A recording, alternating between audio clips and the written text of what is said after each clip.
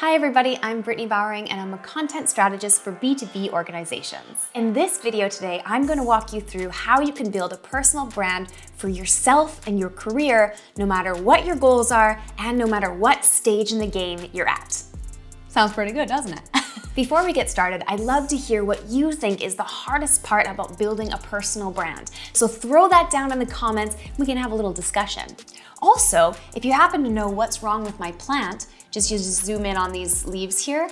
If you can tell me what the disease is and what I should do to keep my plant healthy, I'd really appreciate that as well.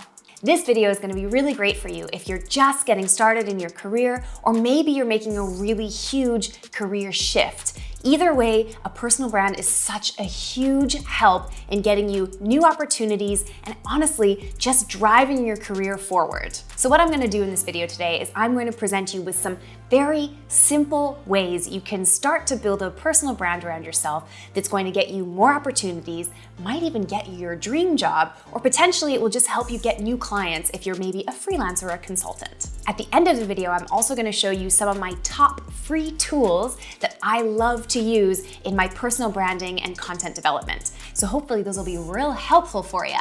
But stay tuned to the end, or else you're not going to know what they are, unless you do that tricky thing where you just skip to the end of the video.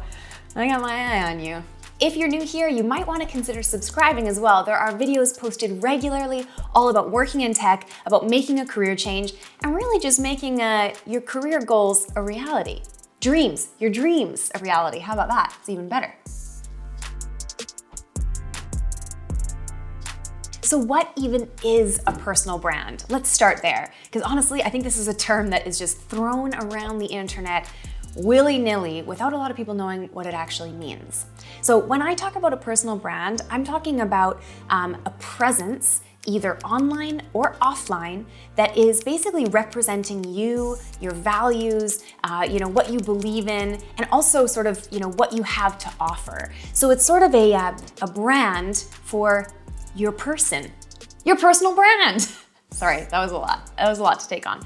In all seriousness, what it is you kind of building a little bit of recognition around yourself so that people can identify you for, opportunities, maybe jobs, maybe they want to work with you in the future just based on what you're putting out there and what you're presenting yourself as, basically. And the kind of personal branding I'm going to be talking about in this video is going to be focused all around online content. So whether it's blogs, article writing, whether it's social media platforms, whether it's video on YouTube, whatever it is, the channel that you choose, I'm going to help you identify the things that you should be talking about and how to do it effectively. So stay tuned. It's going to be a real riot. To be honest, I used to always cringe when people talked about personal branding because I thought it was just, a really kind of self-absorbed thing to talk about. And I thought to myself, as long as I'm doing really great work, people will find me and people want to work with me and it will be no problem. Then when I actually built a personal brand around myself and started to put content out there and started to share and talk with people in my industry online, I realized how powerful it can actually be. And since becoming a freelancer, I haven't actually had to do much of any outreach for new clients.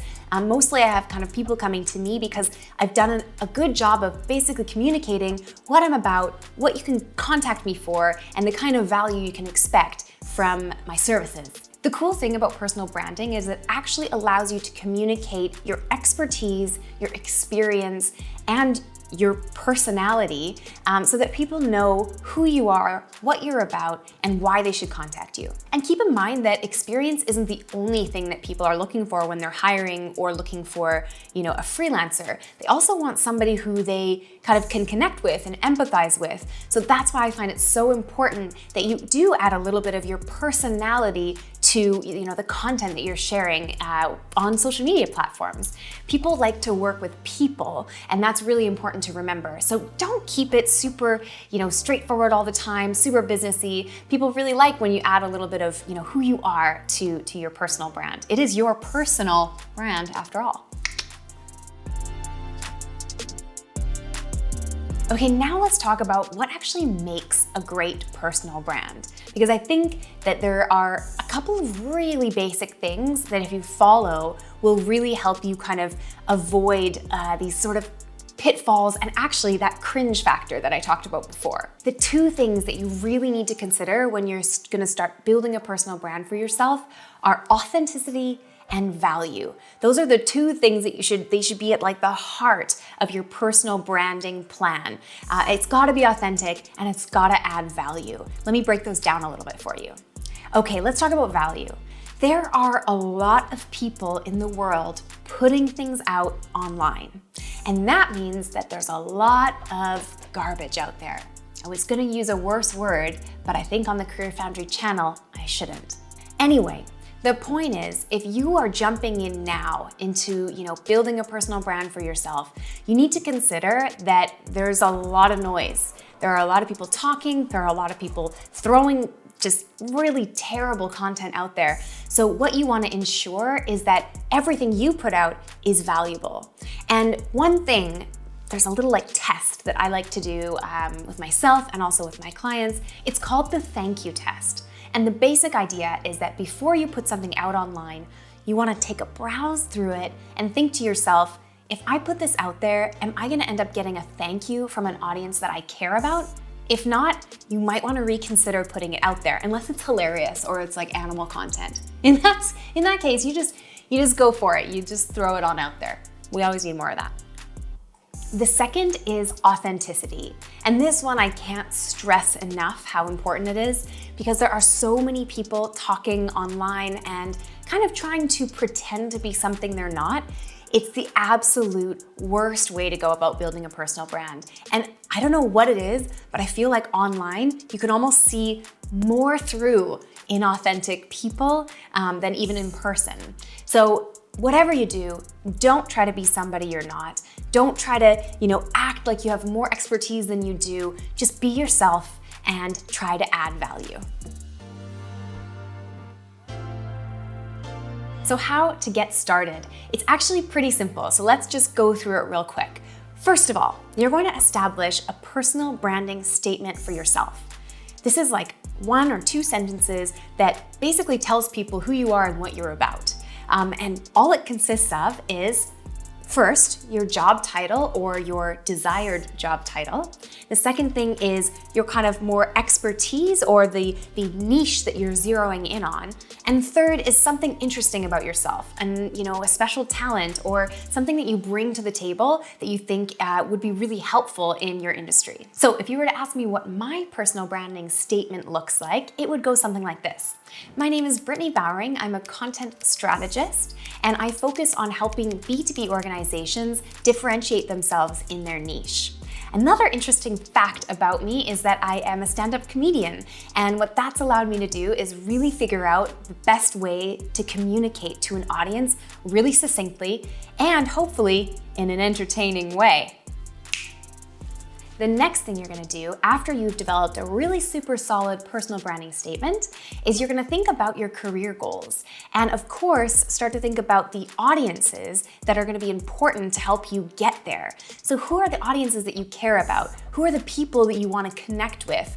And you really wanna get specific about that and identify some key audiences.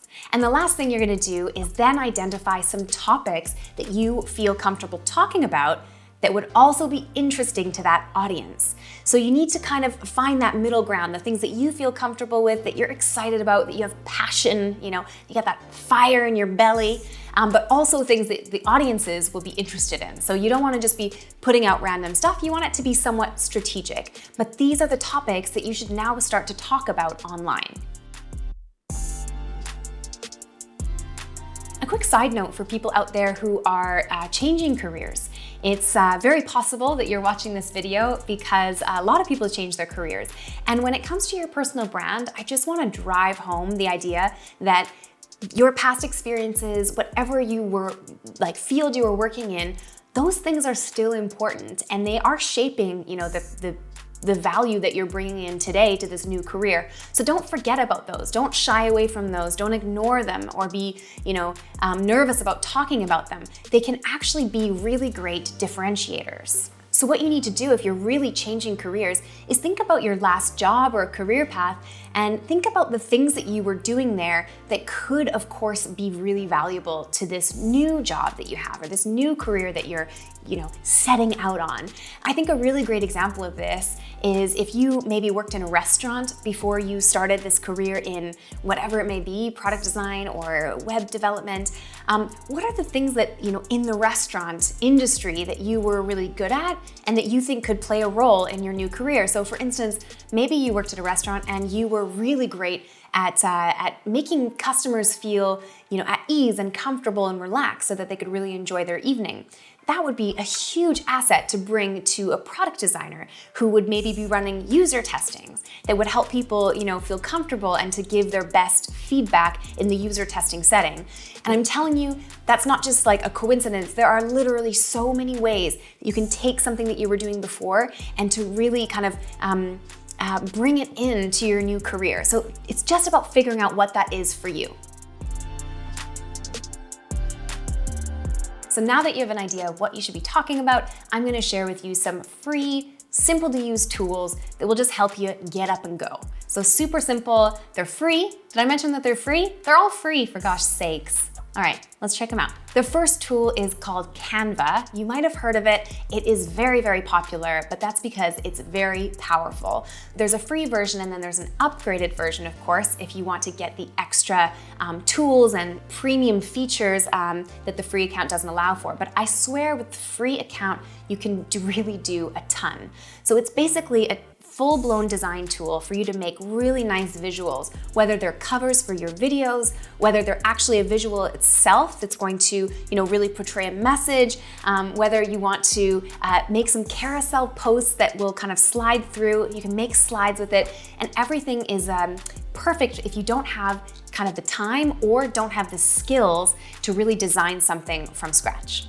The next tool is called Blush, and this is one that is new to me and actually new to the world, but I absolutely love it. So it's actually a free tool, and there's also, of course, the option to upgrade for illustrations. And there is a huge library of talented illustrators who have put their work online. You can download their stuff for free and use it in your visuals. You can use it in your Instagram posts. You can use it in your slide decks. You can use it for presentations, whatever you want.